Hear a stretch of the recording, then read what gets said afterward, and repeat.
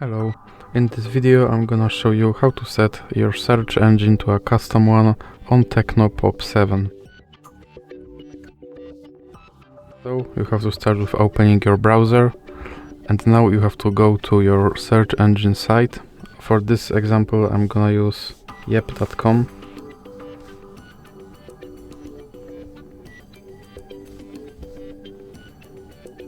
And now you have to search something using your search engine.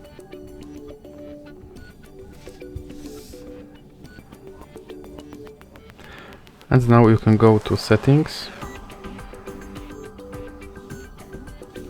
open search engine tab, and here in the recently used you should have yep.com. And now you can go back, and as you can see, your search engine is now set to yep.com. Thanks for watching. If you like this video, please remember to leave a like and subscribe.